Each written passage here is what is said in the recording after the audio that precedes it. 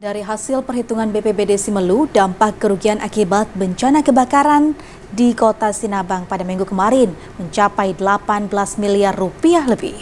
Selain itu, saat ini 25 kepala keluarga korban kebakaran masih mengungsi di rumah saudaranya.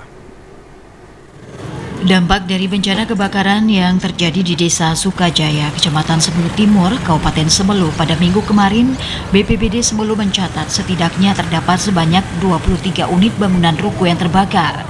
Sementara 3 unit bangunan lainnya terpaksa dirobohkan guna mencegah melebarnya bangunan yang terbakar.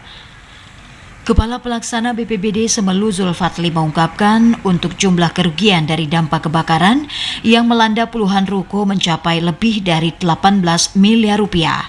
Dampak dari bangunan yang hangus terbakar sebanyak 23 unit ruko, 3 unit bangunan rusak berat yang dirobohkan untuk mengantisipasi meluasnya bangunan yang terbakar.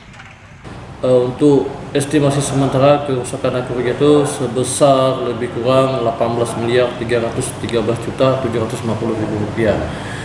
Sedangkan untuk jumlah dampak bencana yang hangus terbakar hasil kita kemarin bersama Pak Kades dan tim itu jumlah unit rumah yang hangus terbakar sebanyak 23 unit ruko, kemudian 3 unit rusak berat akibat dirusakkan guna antisipasi agar api tidak menjalar ke lokasi yang lain, dan 2 unit rusak ringan. Adapun dampak korban bencana kebakaran tersebut berjumlah 25 kakak dengan 87 jiwa.